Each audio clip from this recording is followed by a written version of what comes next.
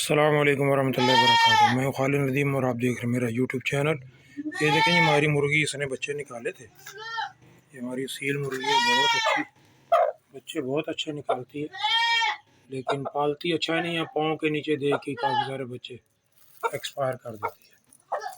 अभी बहुत गुस्से वाली है, तो मैंने इसके बच्चे पहले दिन से ही अलहदा कर दिए। 2 बच्चे इसने पाँव के नीचे एक्सपायर कर दिए थे,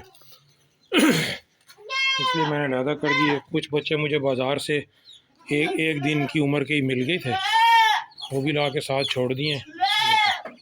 उनका सिस्टम बनाया जी, उनको अलहदा। मौसम गर्म है, इसलिए कुछ ना बल्ब की ज़रूरत है ना मुर्गी की ज़रूरत है कि इनको हीट दे। बच्चे माशाल्लाह एक्टिव हैं जी।